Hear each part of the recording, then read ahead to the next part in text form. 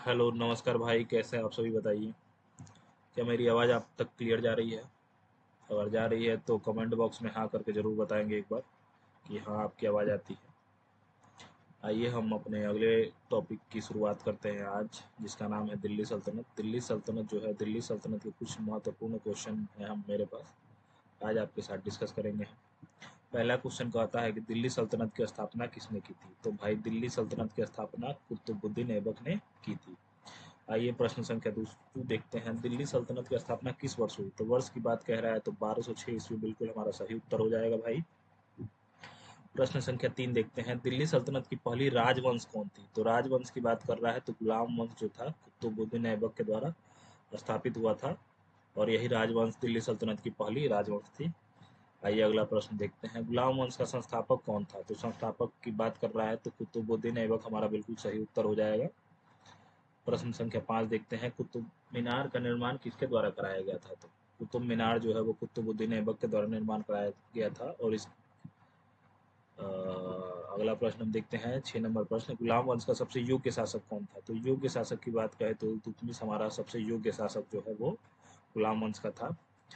7वां number प्रश्न कहता है कि 40 का दल चालीसा किस शासक से संबंधित है? तो शासक की बात कर रहा है तो शासक हमारा जो है इल्तुतमिश, वो बिल्कुल सही उत्तर हो जाएगा। 40 का दल चालीसा जो है वो इल्तुतमिश से संबंधित था। प्रश्न संख्या 8 देखते हैं। दिल्ली की पहली महिला शासक कौन थी? तो दिल्ली की पहली महिला शासक की बात कर रहा है तो रजिया सुल्तान जो है हमारा बिल्कुल सही उत्तर हो जाएगा। दिल्ली की पहली महिला शासक जो थी वो रजिया सुल्तान थी। सिजदा और पैबोस प्रथा किसने चालू की थी? तो सिजदा पैबोस की बात करें तो यह एक प्रकार का जो है वो प्रथा था जिसको चालू बलबन ने किया था। प्रश्न संख्या 10 देखते हैं। खिलजी वंश का संस्थापक कौन था? तो खिलजी वंश का संस्थापक जो है वो जलालुद्दीन खिलजी था। अगला प्रश्न देखेंगे। अलाउद्दीन खिलजी ने किस पद की स्थापना की थी? तो दीवान ए रियासत की स्थापना जो है वो अलाउद्दीन खिलजी के द्वारा की गई थी। अगला प्रश्न देखेंगे। अलाउद्दीन खिलजी का सेनापति कौन था जिसने दक्षिण भारत पर आक्रमण किया था? तो यह मलिक कफूर था। मलिक कफूर जो है वो अलाउद्दीन खिलजी के काफ़ी करीबी था। करीबी कहने का अर्थ है कि यह कोई भी अभियान, मुख्य मुख्य अभियान कोई भी होता था अलाउद्दीन खिलजी का मुख्यतः, तो वो जो उसका सेनापति हुआ करता था वो मलिक कफूर ही हुआ करता था। मलिक कफूर को ही उस अभियान का सेनापति बनाया जाता था। काफ़ी महत्वाकांक्षी था मलिक कफूर। अभियान बहुत से हुए उसके जीवन में, लेकिन अभियान अधिकतर जीत के ही वापस वो लौटता था।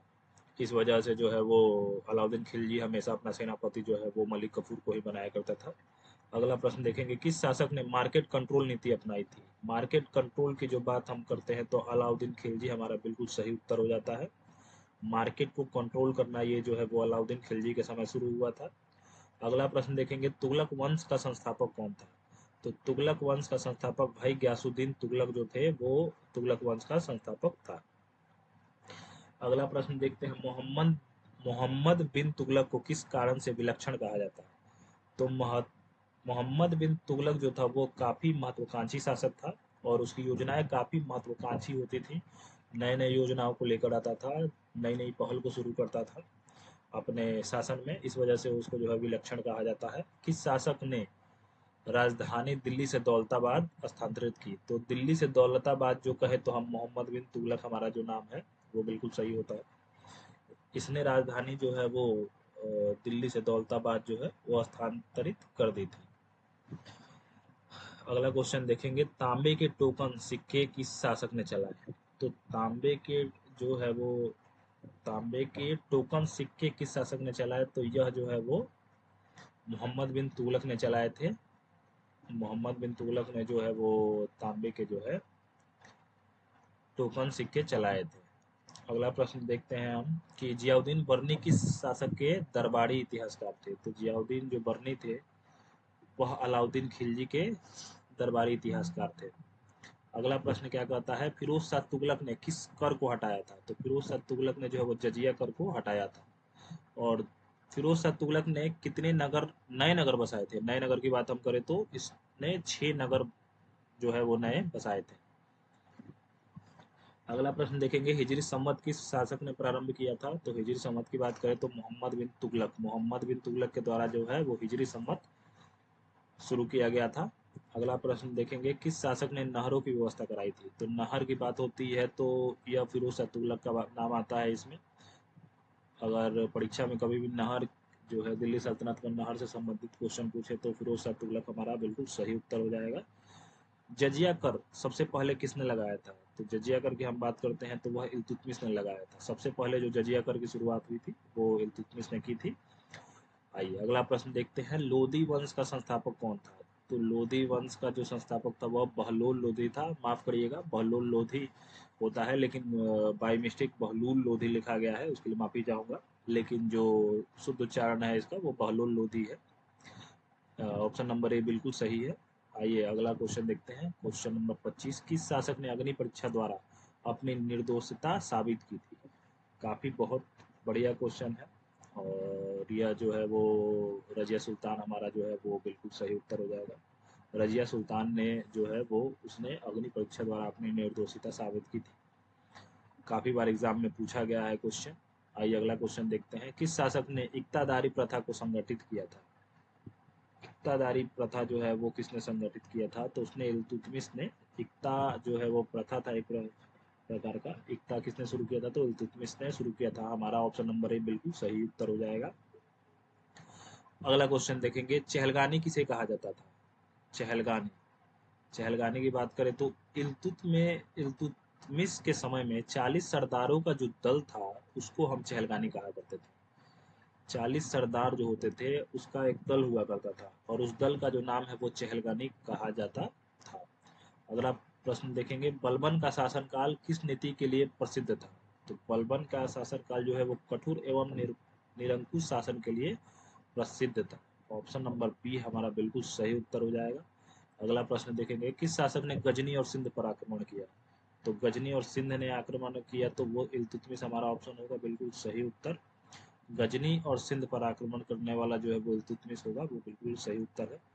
आइए प्रश्न संख्या 30 देखते हैं, किसे हजारों योजनाओं का बादशाह कहा जाता है? तो इल्तुतमिश को है जो हजारों योजनाओं का बादशाह कहा जाता है। ऑप्शन बिल्कुल सही है। 31 नंबर क्वेश्चन देखते हैं। 31 नंबर क्वेश्चन क्या कहता है हमारा, किस शासक ने नौकरी प्रणाली डाक और हुलिया लागू की? तो डाक और हुलिया की बात करें तो अलाउद्दीन खिलजी जो है उसने शुरू की थी।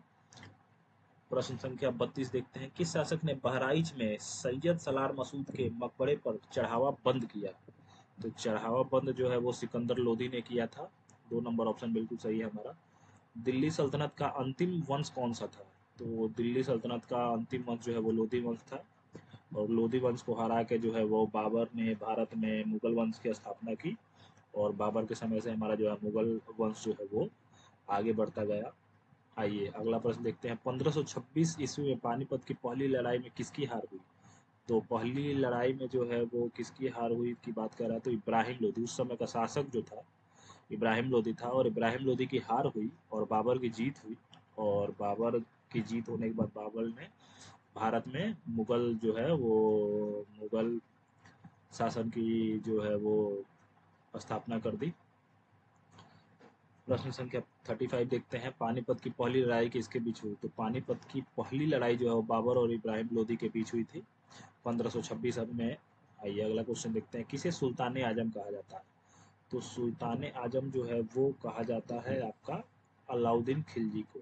अलाउद्दीन खिलजी को कहा जाता है सुल्तान आजम। एक बार और प्रश्न पढ़ेंगे, किसे सुल्तान आजम कहा जाता है? तो अलाउद्दीन हमारा बिल्कुल सही उत्तर हो जाएगा। अगला क्वेश्चन देखते हैं, कौन सा शासक पिता से अधिक कठोर और दादा से अधिक उदार कहलाया?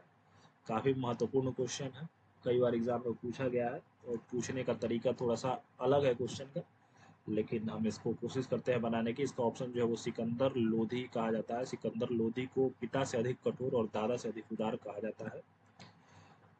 38 नंबर क्वेश्चन देखते हैं, किस शासक ने फारसी भाषा को राजभाषा बनाया? तो फारसी भाषा को राजभाषा जो है वो इल्तुतमिश ने बनाया था अपने शासनकाल में। किस शासक ने जियाउद्दीन बढ़ने की पुस्तक तारीख फिरोज शाही लिखवाई? तो तारीख फिरोज शाही की बात करें तो फिरोज शाह तुगलक ने लिखवाई थी तारीख फिरोज शाही। ऑप्शन नंबर सी हमारा बिल्कुल सही उत्तर हो जाएगा। 40 नंबर क्वेश्चन देखते हैं, किस शासक ने चिकित्सा शिक्षा और अनाथालय की व्यवस्था की?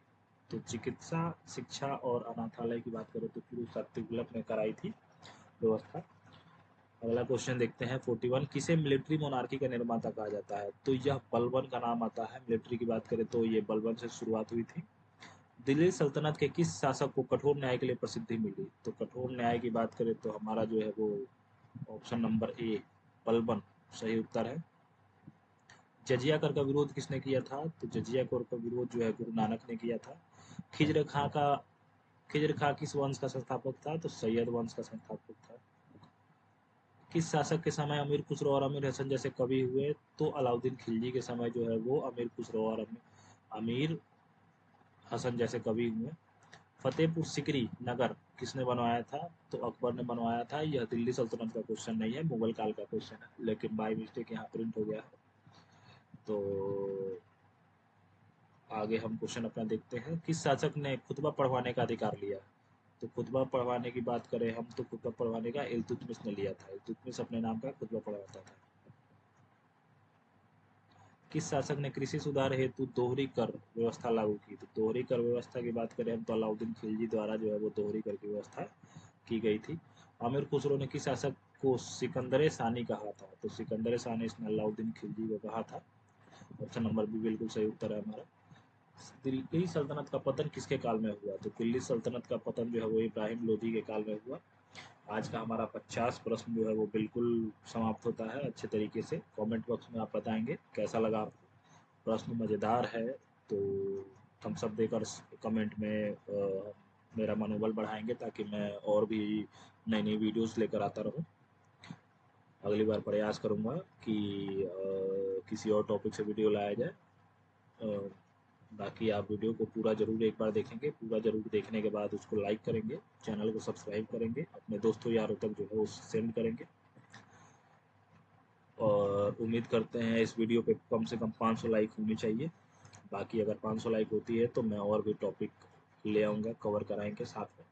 काफ़ी कम समय में 10 से 12 मिनट में हम एक बहुत बड़ा टॉपिक ख़त्म करते हैं, जिसके कुछ महत्वपूर्ण क्वेश्चन हुआ करते हैं जो हम डिस्कस करते हैं। और 10 से 15 मिनट का समय मैं लेता हूँ बिल्कुल आपसे, और 10-15 मिनट में आपका फुल रिवीजन जो है वो दिल्ली सल्तनत का हो जाता है, जिससे आपके परीक्षाओं में काफ़ी अंक बनते हैं। आज के लिए बस इतना ही। धन्यवाद।